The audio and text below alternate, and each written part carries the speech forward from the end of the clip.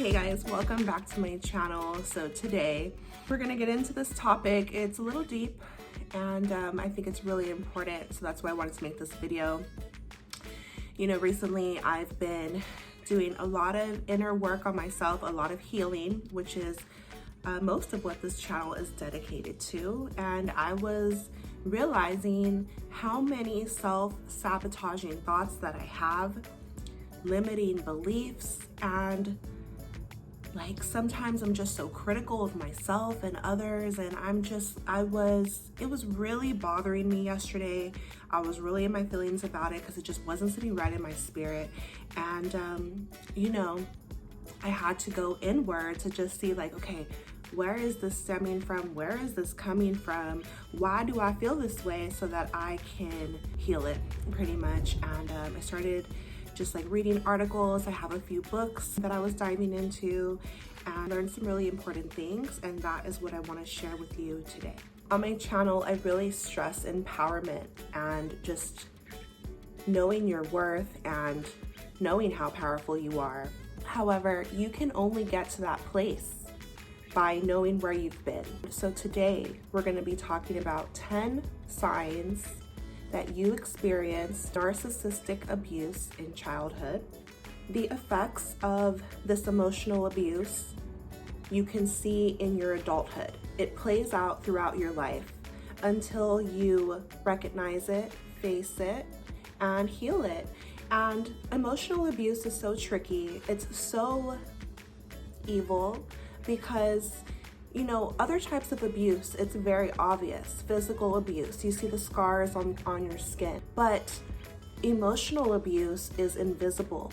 It's a silent killer. It's especially harmful in childhood because the child has no idea what's going on. They have no defense. And it's from a caregiver most times, or someone influential in a child's life. You know, children, they're developing. They're like sponges. They soak everything in, they internalize it. It becomes part of who they are, you know? And so again, I think that this topic is extremely important because we need to pour light onto these, really bring some understanding and some healing. And I do want to mention that maybe the abuser is not even aware of their behavior. Maybe they are. Nevertheless, I feel that these are important topics to address. So if any of these resonate with you, be sure to drop a comment, share your experience, like this video if you do, and don't forget to subscribe. The first sign that you have experienced narcissistic abuse is constantly being told that your perception of reality or that your opinion is wrong or unimportant. Okay, and this can be extremely harmful because it teaches you not to trust yourself.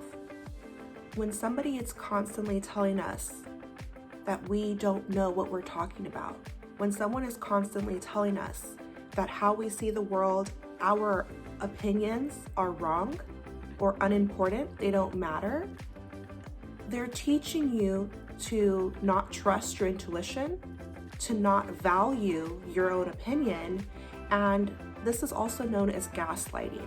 When someone constantly tries to manipulate you into seeing things their way or no way, that's manipulation. It's very harmful for a child because they learn not to trust themselves. They learn that, oh, I'm wrong, I don't know what I'm talking about, I need to listen to them. How I feel doesn't matter, and that is so far from the truth. Okay, so the first sign would be that you were made to feel or told constantly that your opinion doesn't matter, how you feel doesn't matter, that you're wrong, that your perception is invalid, unimportant. This is the first sign that you experienced narcissistic abuse in childhood. Okay, guys, this kind of ties into number 2, which is your feelings were never validated while you were growing up. As a child growing up, your feelings were never validated. This is very harmful. As a developing person, we need that sense of support and validation from our parents, from our caregivers. We need to feel supported. So if your feelings are constantly being invalidated, it's very confusing. This doesn't teach you how to manage your emotions, manage your pain. You feel like, well, I shouldn't be feeling this way. And that is a lie. You are allowed to feel however you feel. Healthy parenting means allowing a child to feel however they feel, validating their feelings, supporting them, helping them work through it, teaching them how to manage their emotions, how to manage their pain. This is very harmful again, because when this is not done, when your feelings are not validated, you don't know how to manage them. You grow up and become a person who doesn't know how to manage their feelings. You can turn to substance abuse, self-harm, harmful behaviors toward yourself because you don't know how to manage how you're feeling. You feel guilty, you feel ashamed. Oh, I shouldn't be feeling this way. What's wrong with me? There's nothing wrong with you. You experienced emotional abuse. That is what is the problem. Your feelings are valid. Okay, guys, so the third sign that you experienced narcissistic abuse in childhood is that you had to put the needs of a parent before your own. Okay, emotionally, in essence, you had to parent yourself. This is very harmful because you learn to put yourself last. You learn that your needs are not important and that you have to satisfy someone else before you satisfy yourself. And this is very sad because a child should have the freedom to be a child. They shouldn't be responsible for making sure their parent feels good. In fact, it should be the other way around. As a kid, kids need their parents to support them and, refresh them and be there for them. It shouldn't be a little small child trying to make a parent feel better or make a parent feel validated or make a parent feel good. That is not the child's job. So this role reversal, just very toxic. You learn that your needs come last. You learn that you're not important. This is emotional abuse. Fourth sign that you experienced narcissistic abuse growing up is that love was conditional. Love, you had to do things to earn love, achieve things to receive love. It was not freely given. It was not unconditional. If you did not behave a certain way, if you did not do certain things, love was withheld from you. Love was based on your actions. It was not free-flowing. This is emotional abuse, especially for a child, you guys, where love should be freely given. There should be an abundance of love and support and encouragement. If love was withheld from you, if it was conditional, if it was contingent on your behavior, this is a sign of narcissistic abuse in childhood. This can be extremely harmful as you grow up. You learn that you have to do things for love. You learn that you're not worthy to just receive love, that you don't deserve love, that you have to chase love. Even in romantic relationships, you may find, if you experience this type of thing in childhood, you may find that you become attracted to emotionally unavailable people because that's what you experienced in childhood. You experienced someone who was closed off emotionally, so now you're chasing love, or you think you have to be a certain way or do certain things to receive love because that was the pattern in childhood. Okay, this is very unhealthy, you guys. I just want to remind you that you being alive, you being made of pure love energy from God, you are inherently worthy of love. There's nothing you have to do. You don't have to chase anyone. You are worthy of love. Growing up this way does such a number on our self-worth, but now as adults, it is our chance to parent ourselves, to be there for ourselves, and to raise our self-love and self-worth. It's so crazy because as I learn about these things, start to do the inner work healing, as I recognize how traumatic these things were, because we have to learn about these things. Obviously, if you grew up this way, probably were very confused and didn't know why you were feeling not balanced, not okay, not emotionally fulfilled. You had no idea as to why. You knew nothing else. It just infuriates me when I see people online creating videos about desperate energy or thirsty and thirst trap and all of this ridiculous things. People need to understand that these behaviors are stemming from trauma, from emotional abuse, from people not knowing how to properly love themselves and not knowing how to properly parent their child. This is not anything to make fun of. This is not anything to look down on someone about. People's behaviors, a lot of times when they are toxic, are stemming from trauma. So I want people to remember this. I want people to know to just have some more grace, have some more respect and some more understanding for where somebody may be coming from. Okay guys, so the fifth sign that you experienced narcissistic abuse in childhood is that you were neglected or your caregiver was extremely apathetic. So emotionally neglected, not necessarily physically, maybe you had a house to live in, food to eat, but emotionally they were not available to you and they were apathetic towards you, meaning they literally didn't care.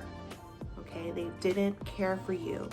And not to make excuses for anyone, but perhaps they did not truly care about themselves. If you look into narcissism, if you do some research into this, you realize that it is a mental disease. It is a mental illness, shall I say. And so again, they need to get their supply from others. They are extremely lacking in the self-love, self-worth department themselves. And so again, how can you give something to someone else that you don't have? So it's not to shame anybody, but it's just, again, to bring some light and understanding. If a parent or a caregiver neglected you emotionally or was apathetic towards you emotionally, meaning they didn't really care, then this is a sign of emotional abuse, okay? This, again, can be very harmful throughout your life and into adulthood. A lot of times we seek partners that feel familiar. And so if a parent or a caregiver was this way, you may find that you seek a partner later on in life that is also emotionally unavailable because it feels familiar to you. Because we love our parents no matter how they act.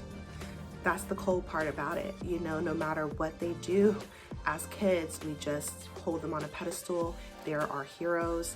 We love them unconditionally a lot of times. And so even if it's toxic later on, if you don't face these issues, if you don't heal these issues, you may find yourself drawn to people who feel familiar, who are also demonstrating those toxic behaviors.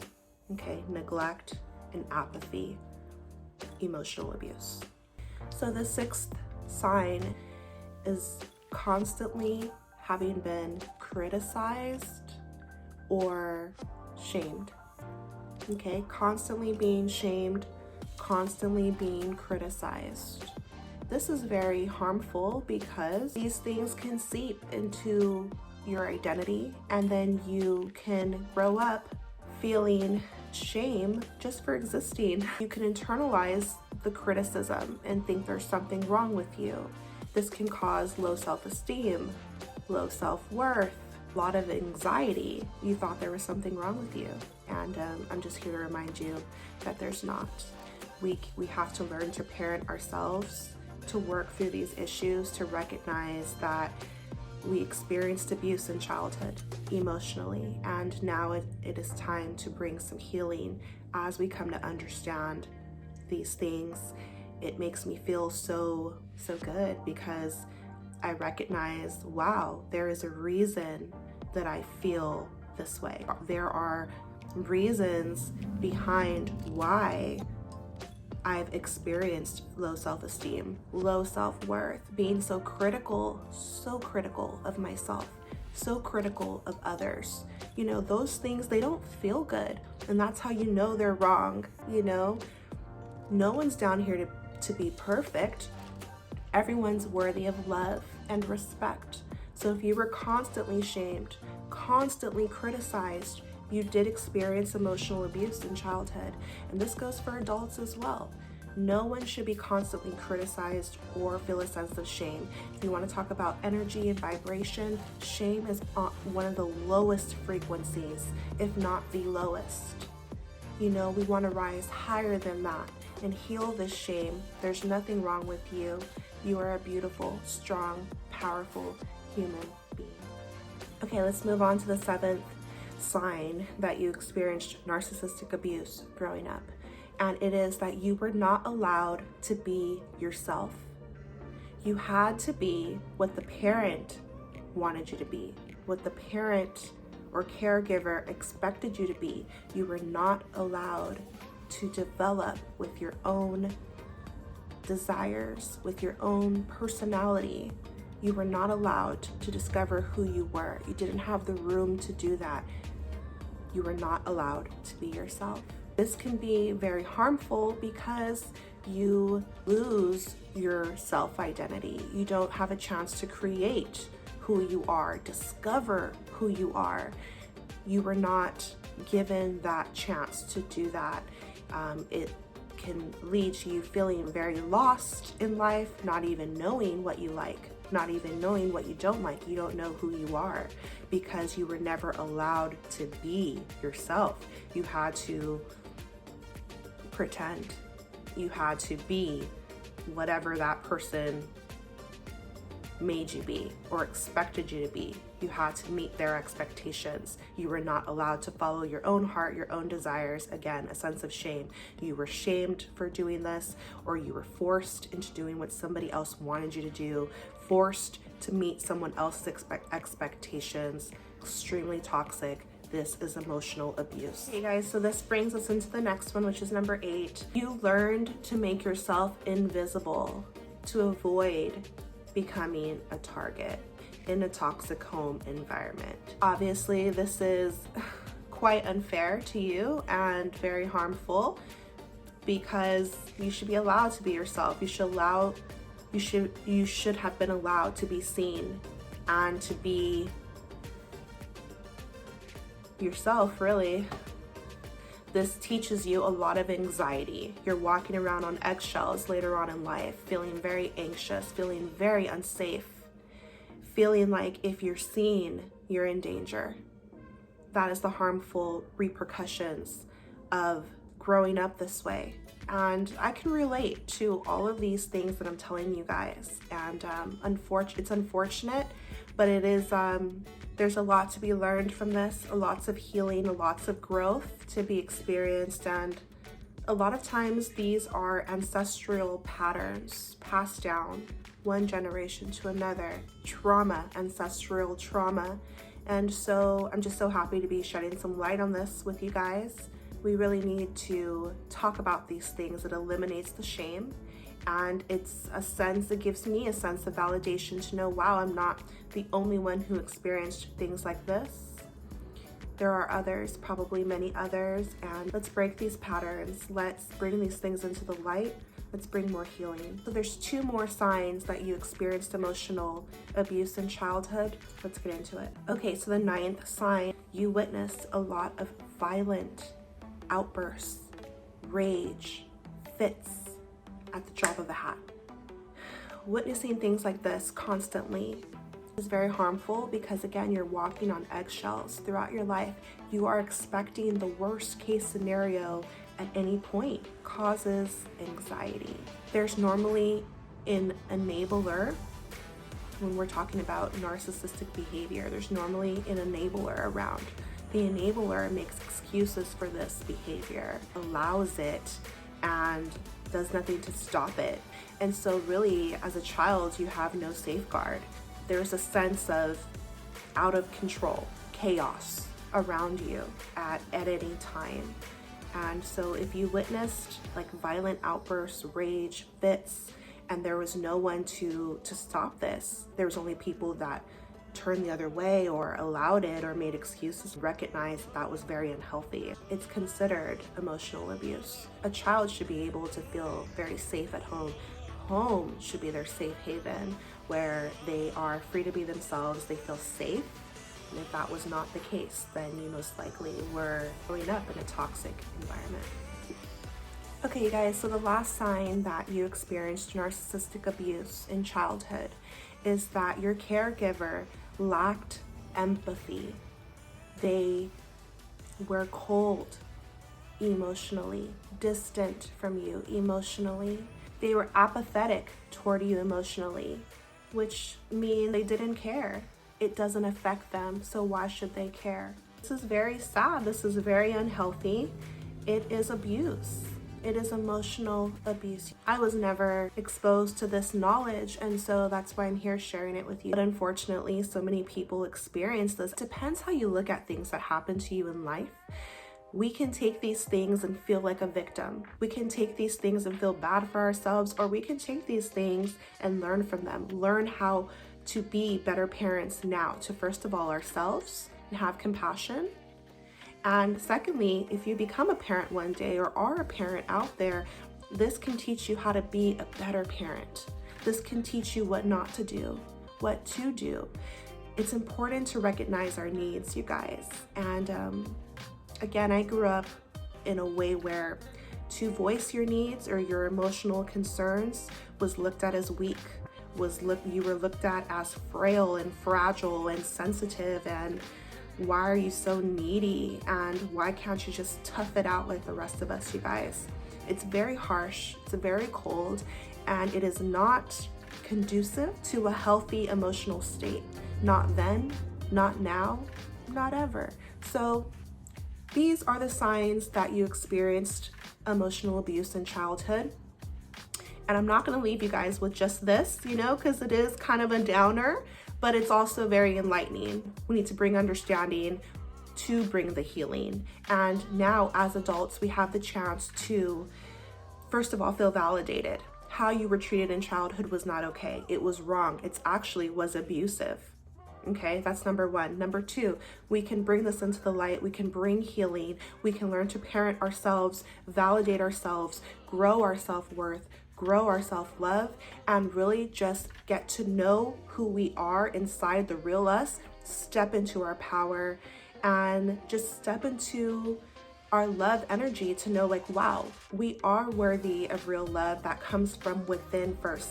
That's the most beautiful thing about all of these things that I've really learned, you guys, that I've learned within the last several years, is that my love, true love, is going to come from within first and foremost. This is not about being blocked off to love and feeling like you don't need anybody. No, as humans, we do need human connection. That's beautiful and that's important.